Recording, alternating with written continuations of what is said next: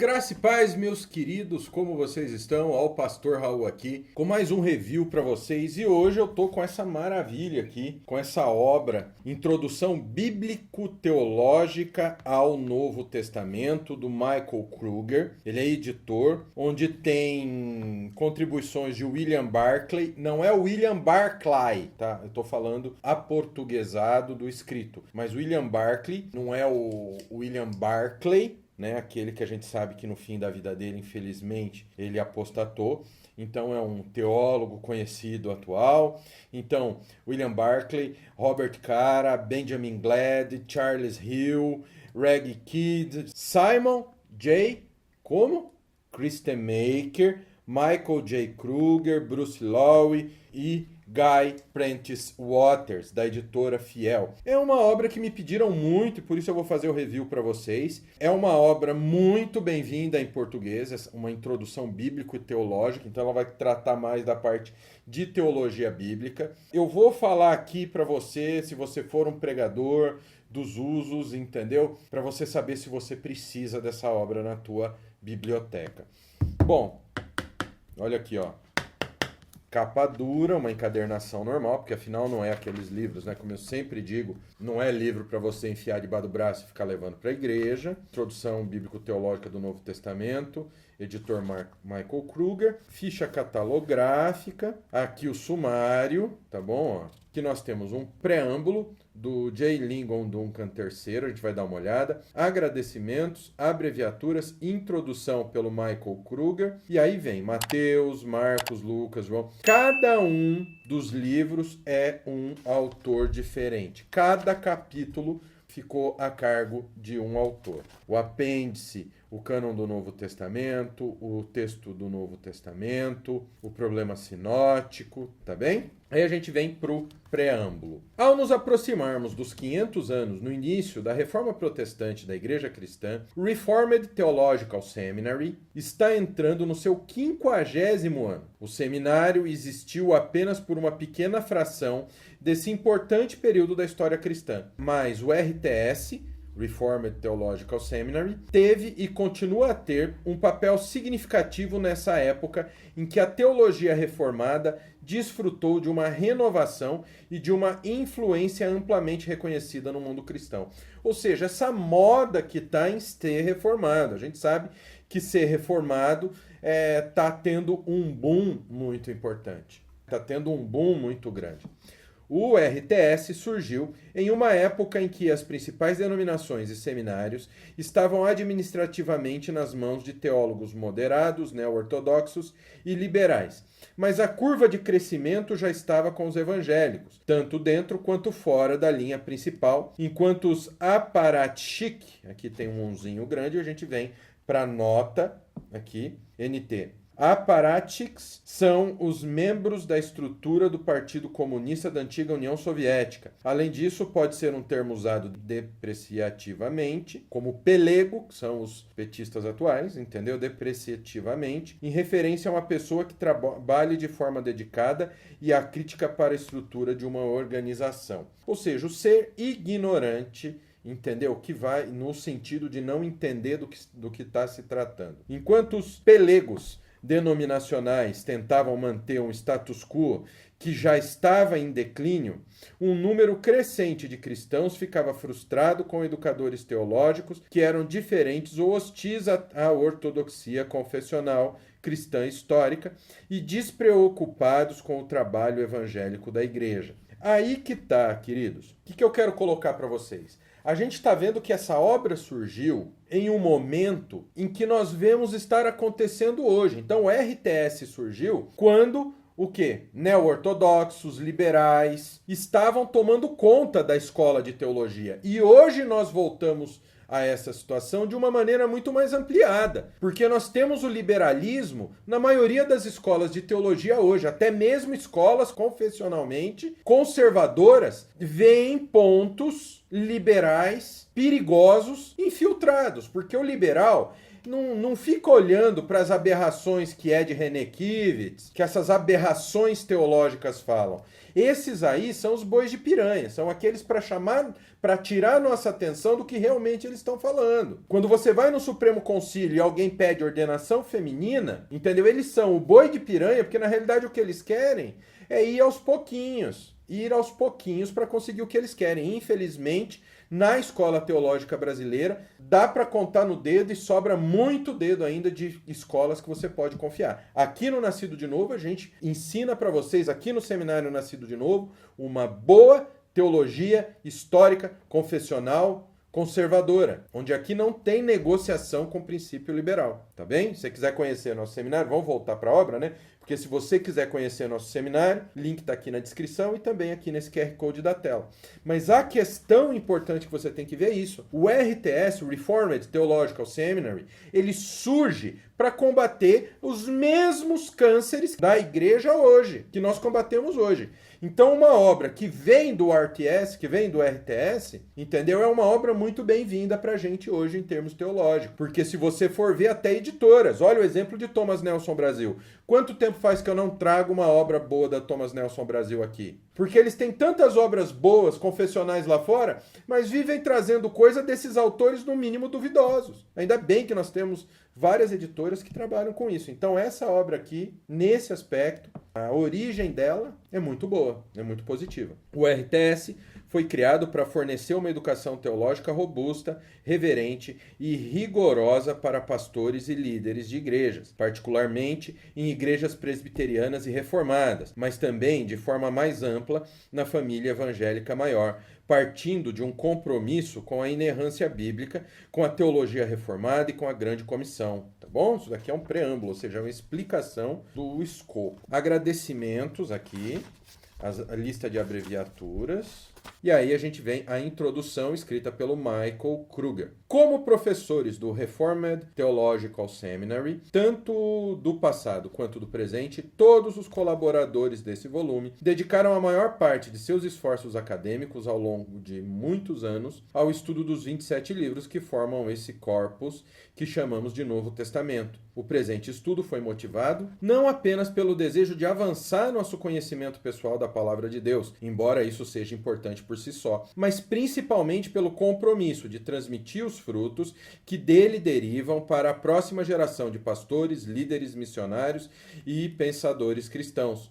O futuro da igreja depende de seu conhecimento e compromisso com os ensinamentos da Palavra de Deus. Essa transmissão do que aprendemos ocorre principalmente no ambiente da sala de aula. As nossas aulas de Novo Testamento são projetadas para apresentar aos alunos as obras que compõem o cânon sagrado a partir de vários ângulos, histórico, exegético e teológico, e ajudá-los a ensiná-las, pregá-las e aplicá-las a seus respectivos públicos. Ou seja, como nós ensinamos aqui no seminário. Primeiro você aprenda quem é Deus e quem é a Escritura, de onde vem o conhecimento bíblico. Depois você vai aprender a extrair corretamente esse conhecimento bíblico, viver esse conhecimento bíblico, aplicar na tua vida e aí transmitir da maneira correta. Ou seja, o objetivo, contudo a configuração da sala de aula tem suas limitações. Nem todos têm a oportunidade de estar em uma classe de seminário. Além disso, nem todos estão em condições de estudar o material com profundidade exigida pelo seminário. Esse volume, portanto, é simplesmente uma tentativa de pegar o material central desses cursos e colocá-lo em uma mídia diferente, um livro. Nosso objetivo é produzir uma introdução ao Novo Testamento que capture o material fundamental em nossas aulas e o apresente de uma forma que seja facilmente acessível a líderes de ministério, pregadores, professores de estudos bíblicos e, é claro, seminaristas. Aí que tá. O que eles fizeram? Pegaram o conteúdo do ensino do Novo Testamento no RTS, no Reformed Theological Seminary, e eles simplificaram, colocaram isso em uma linguagem mais objetiva e enxugaram. Então não é uma coisa tão profunda quanto o que você vai ter de aula lá no RTS nem aqui no Seminário Nascido de Novo. Então eles simplificaram, pegaram a coluna vertebral desse trabalho e colocaram ele em um livro para ser usado por líderes de ministério. Quem são? Pastores, presbíteros, professores de estudo bíblico, você, professor de EBD, porque você vai ver do que trata cada trecho desse livro. E é claro, você, Mr. Bean da teologia, chamado seminarista, né? Porque seminarista é como o Mr. Bean, né? Ele é como os apóstolos de Cristo. Quando Cristo estava vivo, eles pareciam crianças fazendo traquinagem, né? Só depois que Cristo ascendeu aos céus que eles apresentaram o que aprenderam no curso de teologia com Jesus. Então vocês entenderam o que é esse material? E quanto à linha teológica desse material, é muito importante que a gente venha discorrer mais um pouco. A gente já vai entrar no conteúdo, tá? Não muda de canal, a gente já volta. Esse material é reformado. Para qualquer introdução ao Novo Testamento, particularmente aquela que se concentra amplamente na teologia e na mensagem de cada livro, é importante que os autores sejam teológica e doutrinariamente sólidos. Embora várias introduções disponíveis sejam escritas por autores altamente competentes, academicamente falando, muitas delas carecem de integridade doutrinária necessária para preparar sermões ou estudos bíblicos. Tais introduções geralmente têm uma visão baixa da autoridade da Escritura e se contentam em afirmar muitas visões da alta crítica, como a crença de que muitos dos livros do Novo Testamento são falsificações e não escritos pelos indivíduos a quem são atribuídos. Está percebendo? A visão baixa, a visão errada, a visão liberal, porque se eles colocam em xeque o que está escrito na Bíblia, meu irmão, aí você pode mudar o que você quiser. Em contraste, os colaboradores deste volume, e eu falo para vocês aqui do Seminário Teológico Nascido de Novo, todos os quais são ou foram professores de Novo Testamento do Reformed Theological Seminary, têm uma visão elevada da autoridade das Escrituras e estão comprometidos com as doutrinas fundamentais nascidas da Reforma. Essas verdades estão incorporadas na Confissão de Fé de Westminster e nos 5 solas da Reforma Protestante. Aí ele vem sola Scriptura, sola Fide, sola Gratia, sola Christus, soli Deo Gloria.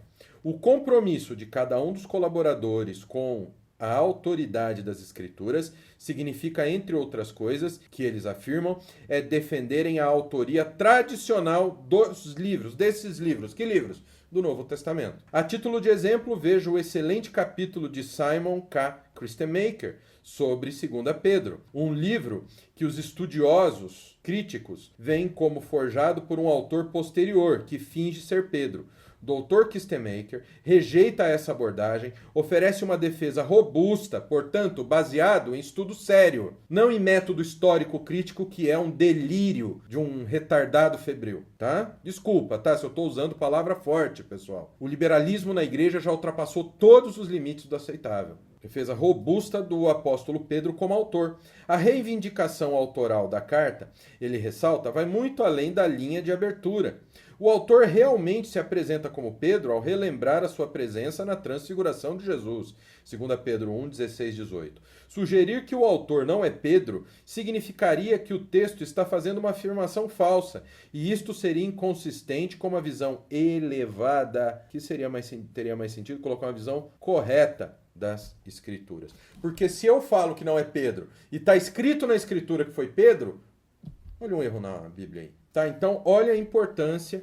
É muito importante você ler a introdução para entender o que o autor pensa, o que ele defende, o que ele espera. E aí a gente chega no capítulo 1, que é Mateus, Red M. Kidd, que é o autor.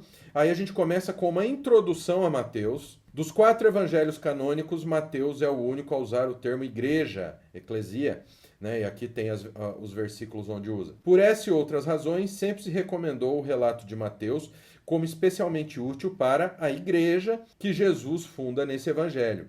Uma razão é que, como um mestre artesão, ou em seus próprios termos, um escriba do Velho e do Novo, 3:52, Mateus estrutura seu evangelho de uma maneira que une o Antigo e o Novo Testamento como a história de Israel e sua continuação na história da igreja, que acaba de emergir. Para esse fim, Mateus fornece padrões ricamente sugestivos para o ensino. Veja abaixo os seus 5 blocos de ensino. O Sermão da Montanha, capítulos 5 e 7, Missão a Israel, capítulo 10, Parábolas do Reino, capítulo 13, Vida na Igreja, capítulo 18 e Preparação para o Julgamento, capítulos 23 a 25. Outra razão pela qual o Evangelho de Mateus provou ser tão útil para o ensino e a pregação da igreja é seu senso bem equilibrado da missão de Jesus, isto é, o senso de que Deus esteve entre nós. Primeiro para perdoar e curar, e depois para refazer e remodelar, tá? Que introdução. Aí vem as questões de pano de fundo, já começa com a autoria, o público do livro, a data, a historicidade, ó. Vamos dar uma olhada na historicidade. Para a maioria dos estudiosos, o fato de o Evangelho de Mateus depender muito de Marcos é inquestionável. Pelo menos 90% de Marcos aparece aqui. Embora em Mateus as histórias sejam compactadas e mais claras. Consistentemente, Mateus mostra um uso mais claro, conciso e correto do grego do que Marcos. Os eventos geralmente são contados na sequência de Marcos, mas há exceções. Quando Mateus se afasta da cronologia de Marcos, Lucas tende a concordar com Marcos. De fato, é geralmente aceito por estudiosos conservadores e liberais que Marcos e Lucas são mais governados pela cronologia, enquanto Mateus está mais interessado no desenvolvimento temático. Então, os outros dois está preocupado com a exatidão cronológica, na ordem e quando aconteceram. Já Mateus, não. Mateus está preocupado com a temática, com o quê? Com os acontecimentos. Vamos dizer que seria um evangelho mais prático. A despeito disso, é mais fácil para a maioria dos que analisam o assunto supor que, se houver uma relação literária, é mais provável que Mateus use Marcos como parte de sua estrutura do que Marcos trabalhe a partir de Mateus. Isso é verdade porque, caso contrário, Marcos abandonaria por completo 50% do material contido em Mateus e ainda expandiria sem elegância literária as histórias e ditos bem elaborados em Mateus. E aqui você vai ter muita base bíblica, tudo explicadinho. Aí a gente tem a estrutura e o esboço, que aí vem, ó. Primeiro, narrativas de genealogia, nascimento e infância, capítulo 1 a 2, 23. Série 1, da coroação à tônica, capítulo 3, 1 a 7, 29. E aí vai o esboço de tópicos que a gente conhece, tá? E que a gente tem em várias bíblias de estudo. Aí vem, continua a explicação do que? Da estrutura de Mateus. Aí a gente vem a mensagem e teologia de Mateus, os temas teológicos. Emanuel, Deus conosco, Jesus como a nova Torá, ó, maior que o templo, maior que Jonas, maior que Salomão, mistério do reino que veio ainda virá, vós tendes um mestre. Ó, aqui ele já vai explicando trecho por trecho da obra.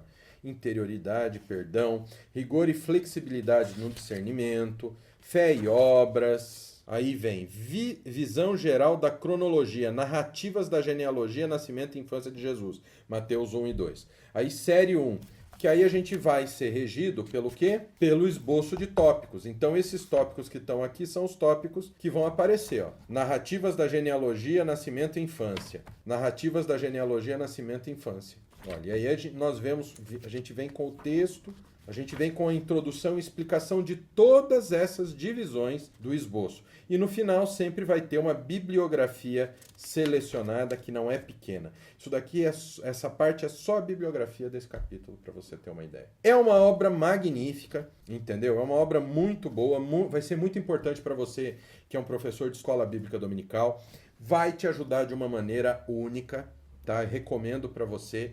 Agora, se você quer fazer um estudo mais completo, aí nós temos outras obras que são mais detalhadas e vão trabalhar mais como introdução ao Novo Testamento. Esse material ele vai tratar da cronologia, ele vai explicar as passagens. Então ele está entre uma boa introdução bíblica do Novo Testamento até um comentário bíblico, mas ele não chega a um comentário bíblico. Então seria interessante você que quer um estudo mais pormenorizado, mais especializado, entendeu? Você vai o quê? Você vai para uma introdução ao Novo Testamento, como essa daqui do J. Carson, eu tenho até a de capa antiga ainda, do J. Carson, ou a excelente do Andreas Kostenberger, que é fenomenal, tá? Que eu recomendo para você nesse caso. E aí já vá para comentários bíblicos, como a coleção de comentários bíblicos do Novo Testamento, da editora Cultura Cristã, que são muito completos e vai trazer informações como essa que você tem nessa obra, tá bem? Então, até um professor de EBD vai te ajudar muito. Agora, se você já é um pregador, um pastor, ou se você já vai fazer um estudo mais profundo, eu já recomendo esses outros materiais, tá bom? Vamos dar uma olhada em 2 Pedro? Bom, aí eu já tenho 2 Pedro, né? De quem? Simon J. Stemaker, que a gente falou ali na introdução. A Epístola de 2 Pedro é indiscutivelmente um dos livros mais negligenciados no cânon do Novo Testamento. Ela viveu à margem da erudição moderna por gerações, recebendo substancialmente menos atenção acadêmica do que os outros escritos de extensão semelhante. Como observou John Snyder, 2 Pedro provavelmente recebeu a menor atenção acadêmica do século XX. A situação na igreja não é muito diferente. Desde os primeiros estágios do cristianismo, 2 Pedro foi amplamente negligenciada, sem menção a ela pelo nome, até o terceiro século. Mesmo nos dias modernos, é pregado com menos frequência nas igrejas locais do que outros livros bíblicos e não é estudado ou citado com tanta frequência por cristãos. Sem dúvida, essa negligência se deve a questões críticas relacionadas à autoria e à data, bem como o número de passagens difíceis e complexas que enfocam a futura destruição do mundo por Deus e o julgamento do pecado. Contudo, Deus colocou 2 Pedro no cânon por uma razão. Após um exame mais aprofundado, torna-se claro que esse livro fornece orientação crítica e encorajamento para a igreja, enquanto ela suporta as críticas hostis dos céticos, escarnecedores e daqueles que duvidam. Em resposta a esses desafios, Pedro lembra ao leitor que Cristo certamente voltará, 2 Pedro 3, 1, 18, que Deus responsabilizará os falsos mestres por desviar as pessoas, 2, 1, 22, que o testemunho dos apóstolos e a autoridade das escrituras podem ser confiáveis, 1, 16 a 21, e que os crentes devem ser diligentes em assegurar sua vocação e eleição, 1, 15. A mensagem de 2 Pedro é resumida nos versículos finais, né? 2 Pedro 3, 17 e 18. Aí a gente cai nas questões de pano de fundo, quando ele vem tratar de uma maneira brilhante a respeito da autoria de 2 Pedro. A primeira impressão que o leitor tem ao ler essa epístola é que tanto seu estilo quanto suas palavras diferem notavelmente de 1 Pedro. Isso dá a impressão de que dois autores diferentes estiveram envolvidos na escrita dessa epístola, além de suscitar a questão óbvia de saber se a segunda carta foi composta por um falsificador que assumiu o nome do principal apóstolo e queria que o leitor pensasse que a sua epístola se originou da pena de Simão Pedro. Entre os estudiosos críticos hoje, a opinião consensual é que 2 Pedro foi escrita por outra pessoa e provavelmente foi composta no final do primeiro ou início do segundo século. No entanto, um argumento substancial pode ser feito para a autoria tradicional do livro, com uma data provável em algum momento dos anos 60. E.M.B. Green, 2 Peter Reconsidered. Tá aqui, sempre você vai encontrar as notas, tá bom? É verdade que os estilos de escrita nas duas epístolas de Pedro diferem entre si. Para ser preciso, 1 Pedro é terno, enquanto em alguns lugares 2 Pedro é chocante. A porcentagem de expressões incomuns de 2 Pedro é extraordinariamente alta, com cerca de 57 palavras que não ocorrem no restante do Novo Testamento. Contudo, essa desigualdade não indica necessariamente um autor pseudônimo. Vários outros fatores devem ser considerados. Primeiro, algumas mudanças estilísticas podem ser atribuídas à atuação de um escriba ou secretário, cujos métodos e hábitos de trabalho diferiam dos outros. Aqui, para mais informações sobre o uso de secretários no mundo antigo, veja E.R. Richards, The Secretary in the Letters of Paul. Olha só, pessoal, existe um consenso de que o apóstolo Paulo usava secretários. Existiam momentos onde ele mesmo, de próprio punho, escrevia as cartas, e existiam momentos onde ele ditava as cartas para escriba, para um secretário, para um escriba. Isso fazia com que ele ganhasse tempo, tá bom? E não é de se espantar que Pedro, um dos apóstolos de Cristo, tivesse a mesma atitude. Então pode ser, ao que tudo indica, em 1 Pedro, ele escreve 1 Pedro de próprio punho e 2 Pedro é o secretário que escreve, de acordo com o que ele ditou. Então isso precisa se tomar cuidado. Aí tem algum local que Pedro fala uma coisa, o escriba vai e quer dar uma atenção especial, então aí acabam aparecendo diferenças. O uso de escribas era comum naqueles dias. Tércio conta aos leitores que foi o escriba de Paulo ao escrever a carta aos Romanos, 16, 22. E Pedro divulgou que escreveu sua primeira epístola com a ajuda de Silvano, Silas, em 1 Pedro 5,12. Então, 1 Pedro foi escrita com um secretário, foi Silvano. Perceba Quem era Pedro? O apóstolo que tirou a espada e cortou a orelha de Malco, né? Então ele era violento, ele era intempestivo. Então é normal que a primeira carta, então Silvano falou, não, tipo o meme, não, Paulo, não podemos escrever isso. Então, Pedro, não posso escrever isso. Então ele dava uma amenizada. Já na segunda carta, que foi o próprio Pedro, então aí Pedro estava com as ferraduras areadas, pronto para dar aquele coice santo nas pessoas. Por amor, tá, pessoal? Em segundo lugar, as circunstâncias e o assunto de um autor podem afetar seu estilo de escrita e vocabulário. Essas duas epístolas foram escritas em épocas variadas e em circunstâncias substancialmente diferentes. De fato, 2 Pedro foi escrito na véspera da morte do apóstolo, 2 Pedro 1, 12 e 15. Além disso, o assunto de 2 Pedro era nitidamente mais sombrio do que o de 1 Pedro, concentrando-se nos falsos mestres da segunda vinda e no julgamento iminente de Deus. Certamente tais mudanças teriam um impacto significativo no conteúdo de qualquer produção literária. Tá, e olha, ele continua. Aí vem a parte da data, do gênero literário, do gênero, proveniência, lugar no cânon, propósito, tudo bem explicadinho. Vamos correr para esse vídeo não ficar enorme. E aí vem um apêndice, que tem um estudo sobre o cânon do Antigo Testamento, muito bom. Aí o texto do Novo Testamento, uma introdução à crítica textual do Novo Testamento pelo Charles E. Hill. Aqui, queridos, vocês vão ter aquele água com açúcar, defendendo texto crítico, aquela coisa de sempre que a gente está cansado de saber. Entendeu? Então você encontra coisas melhores em diversas outras publicações, tá?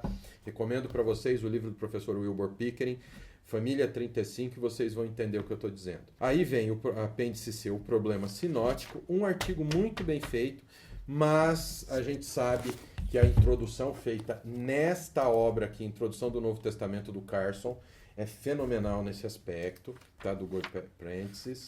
O uso do Antigo Testamento no Novo Testamento, a confiança na hermenêutica do Novo Testamento. Esse artigo aqui é carta na manga, tá? Esse artigo aqui é fenomenal, tá? Colaboradores, William Barclay, que é PhD na Boston University, Robert Cara, do Westminster Theological Seminary, a Benjamin Glad, do Eton College, Charles Hill, da Cambridge University, Reggie Kidd, da Universidade Duke, Christy Maker, né? Doutor em teologia na Free University of Amsterdam, Michael Kruger, University of Edimburgo, né? Bruce Lowy, University of Queensland, Will Prentice, da Duke também. Tá? A gente tem o índice geral e o índice bíblico desta obra da editora Fiel. Então esse daqui, atendendo a pedidos, é a introdução bíblico-teológica ao Novo Testamento. Se você é um professor de escola bíblica dominical, esse material vai ajudar você de uma maneira fenomenal.